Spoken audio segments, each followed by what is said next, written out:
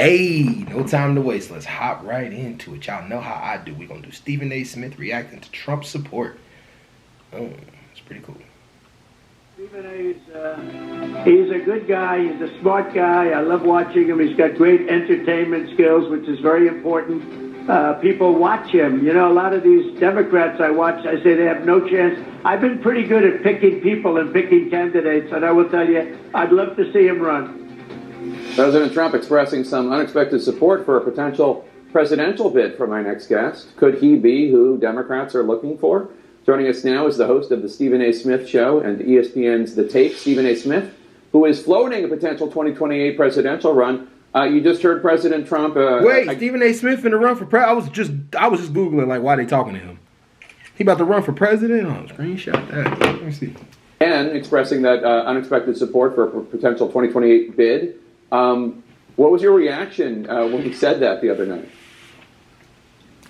I was aghast, to be quite honest with you. I wasn't looking for any kind of endorsement from anybody, especially him. But he is the president of the United States. There's a bit of flattery that comes with getting such words from the man who holds the highest office in the land, and I can appreciate that. But in the same breath, I'm saying to myself, you know what? I evidently I have no chance, because if somebody like that is throwing out my name, clearly they think that, yeah, go ahead and do it so we can beat you, we can romp you too. So I'm not falling for it. It was nice. It was nice to hear, and I appreciated it. But obviously, it is what it is. I hear where he's coming from, but I wasn't thinking about it any more seriously than that. It's been President Trump's been in office now for more than 100 days. What's been your reaction to his administration so far? I think it's been a bit haphazard. That's something I've been on the record as saying. Certainly we understand that waste, fraud, and all of that stuff needs to be addressed, but the manner in which he went about it with Elon Musk gave me cause to pause with Doge, so I certainly wasn't happy about that. The tariff wars, I thought he was going to focus first on lowering taxes. That's what I would have liked to have seen, because that was something that he campaigned on, even though he campaigned on tariffs a lot as well. I certainly expected him to, I would have liked rather to see him focus more on lowering taxes first, as opposed to engaging in a tariff war, particularly a tariff war that didn't just include China, but practically everybody else, at least for a short period of time before folks got in his ears and got him to sort of retract a little bit. So I see that. I have no problem with what he's done with the borders. I thought it was absolutely necessary. So I definitely think that that was a plus, because I was never a proponent of open borders. But outside of that, I take a wait and see approach, because you know, history has taught me that the prism of history is how you determine the success of a president, as opposed to looking at things in the moment in real time, because usually that's going to garner extreme reactions one way or the other. And I try not to lean in either direction of the extreme. I'm a centrist and a moderate at heart, and I try to make sure I'm as balanced in my thinking as I possibly can be. He definitely is very, very balanced and open-minded about what he's thinking about the whole situation, and that's good. Like, I like that. Like, this is a very open-minded perception on CNN for a that. So let's see how it goes. If you were to run for president, though, it would be as a Democrat or no? You know what? I'm an independent. I'm a registered independent. I would lean who leans left. I'm fiscally conservative when it comes to my money. I'm socially liberal. I'm liberal when it comes to social issues, of pretty much across the board. I believe in living and let living. So I'm a moderate, and I would say if I had to run, it would be as a Democrat. But I'm not happy with the Democratic Party. So the Democratic Party is presently constructed. It would pretty much need to be purged in order for me to assume that I would want to be associated with them, and I would garner their support, because I don't like the way they've gone about doing a lot of things for a very, very long period of time. And I think that I don't view Donald Trump as winning the election. I view the Democrats as losing the election, as absolutely positively blowing it with some of their actions. And that's why I think that, you know, again, if somebody was to associate me with that, the party is presently constructed where it leads so extremely left, or at least it spent the vast majority of time doing that. Oh, that is not something that I would vibe with at all. I would definitely be looking to be a game changer in that regard. What are some of... That's interesting. Oh, yeah, because I was going to wonder, that was my next question. What are some of the things that bother you? What are some of the things that Democrats have been doing that have turned you off and that make you say the party needs to be purged? Who needs to be purged from it, first of all? Do you have any names?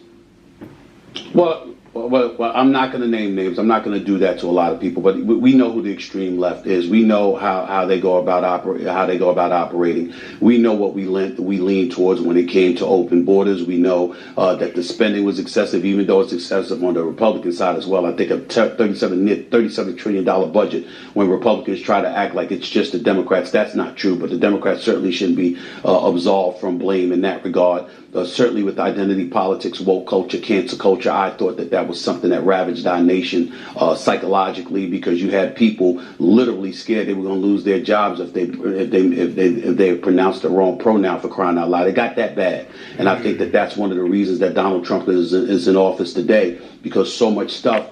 A lot is focused on the individual as opposed to actual policies itself. I'm talking about what they preached and what they talked to the American people about, more so than what they're doing. The kind of messages that they were disseminating was incredibly uncomfortable to listen to and to hear, and I thought that it wasn't emblematic of what most Americans are thinking about. They're trying to pay their mortgages, rent, buy food and groceries, pay gas, and deal with the prices, the cost of living.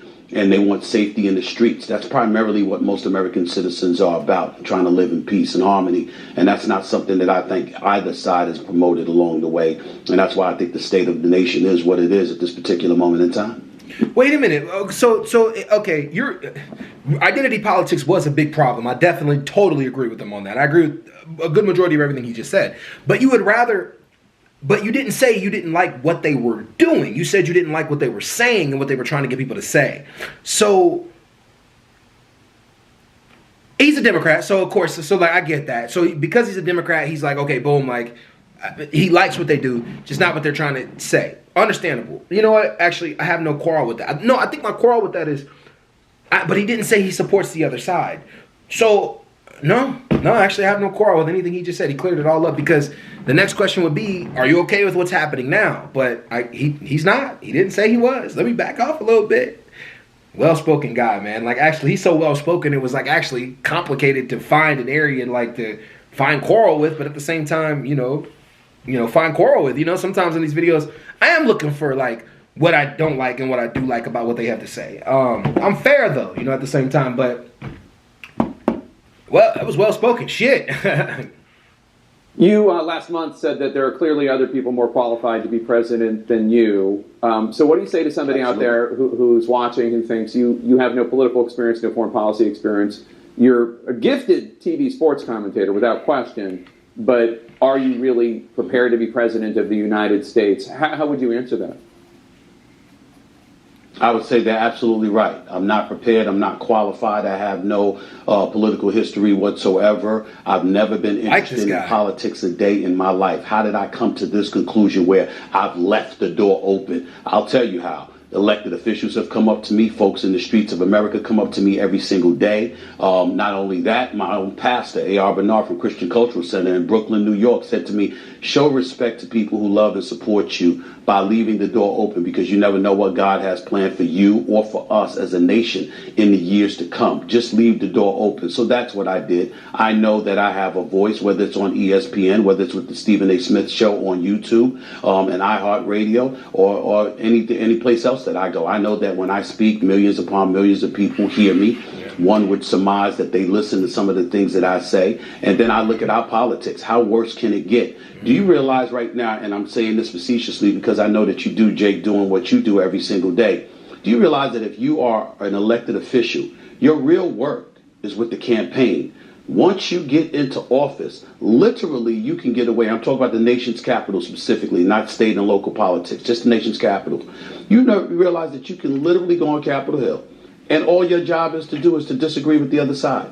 You don't even have to do anything else. Whatever the other side feels, you feel the opposite. That's not work. That's not going across the aisle. That's not maneuvering your way through the terrain, through the political terrain, and really negotiating on behalf of your constituency and American people. All we're doing is engaging in acrimony and hate.